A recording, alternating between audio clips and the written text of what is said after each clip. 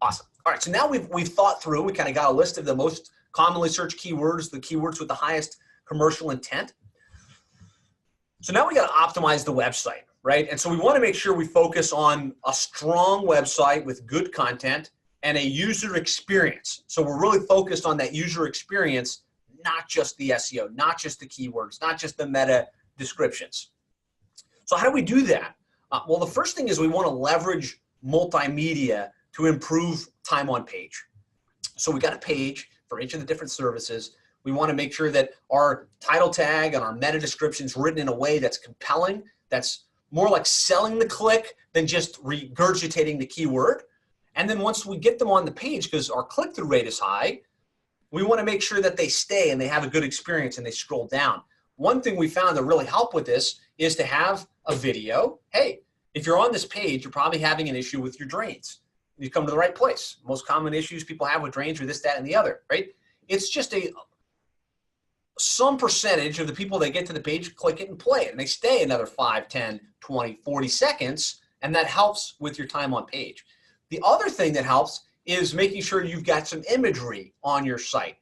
And what we found is imagery meaning pictures of the team, pictures of yourself, pictures of the real people involved in the business. So not a picture of like a really technical AC unit, not a picture of just a blind truck, but real pictures. People resonate with real people. When they're thinking about hiring a service provider, they want to deal with like people they can know, like, and trust and feel like are real.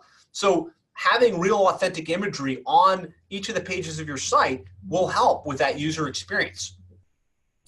From there, you want to make sure you have pages for each of those services, right? Pages for each of the cities that we provide. Again, when we get into these city pages, I usually think the target is something like 10 to 15 city pages.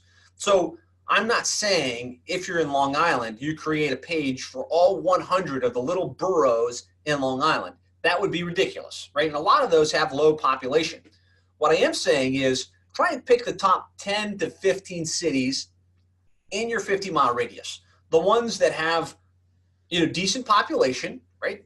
10, 20, 50,000 people that have decent demographics. So think about it, like just because there's people doesn't mean they're necessarily the people you want to serve. So is it a relatively affluent area? Do they have the propensity to invest at the level you need them to invest in your plumbing and HVAC related services? And then with that in mind, you kind of pick your top 10 to 15, you create unique content that's like really written for that city, and that that suite of services that you provide has to be unique, right? And then what we like to do is use Nearby Now, which is a heat mapping tool, to pass unique content to those city pages, so that as your technicians do a job in the surrounding towns, whether it's through an integration like Service Titan or some other platform, like where a job is completed, Nearby Now grabs the location information, grabs the description of the job, and then through short code, pushes that content automatically to the page. That works really well. Or the technicians have an app on their phone, they check in at the location, they type a brief description.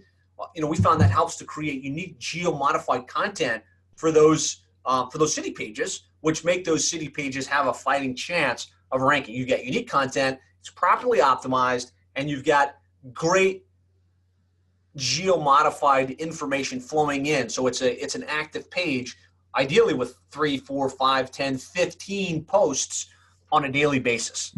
And so the name of that tool, if you don't mind, Christian, is called Nearby Now.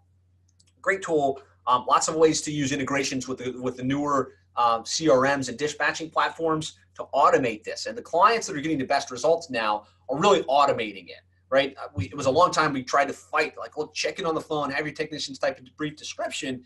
And where we got pushback was, that's another thing our techs have to do. They're already busy. They've already got checklists. They're already focused on maximizing the ticket. Trying to tell them now to check in on their phone, that's another hurdle. And so our big challenge was, trying to get these guys to do it, despite knowing the value, despite knowing how effective it could be. So what really has helped is if we can make it an automatic process where the job is dispatched through Service Titan or a couple other there's other platforms that do this and that heat map data is automatically pushed. So there's no reliance on the tech to do it. That's really a great play. Again, unique content on every page of your website.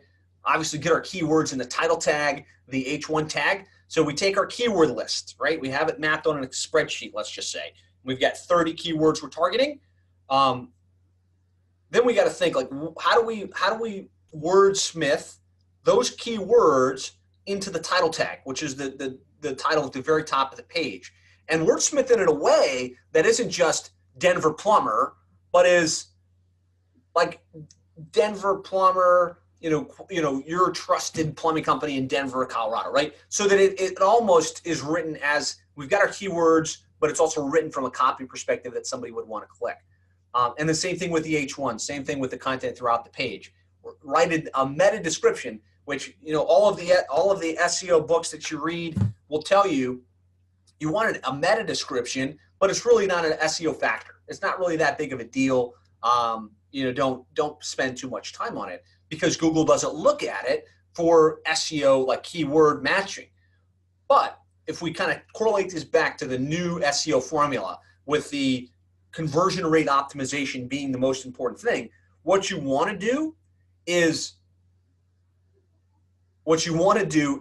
write a great meta description that sells the click. So don't sleep on the meta description. It is important that there's some thought that goes into what those meta descriptions say. And then having our name, address, phone number in the footer file. That way, it's clear to Google, okay, this is the company, this is their name, address, phone number. Use some microformat data to tie that data back. And then blog on a consistent basis. Build authority. Build relevant content to position yourself as the go-to within your service area. Well, I hope you got value from that video. If you'd like more ideas, strategies, and techniques on how to really more effectively market your plumbing or HVAC business online, I'd like to invite you to go to plumberseo.net/checklist. There we've outlined the ultimate online marketing checklist for plumbing and HVAC contractors to really maximize your lead flow online. This really simplifies the entire online marketing equation into a checklist that you can easily identify what you should do next and what you could do to really probably double, triple, or even 10x the number of leads you're getting for your plumbing or HVAC business online. So you can get that completely free of charge, simple one-page checklist with a video that explains and kind of walks you through it. Just go to plumberseo.net/checklist. Talk to you soon.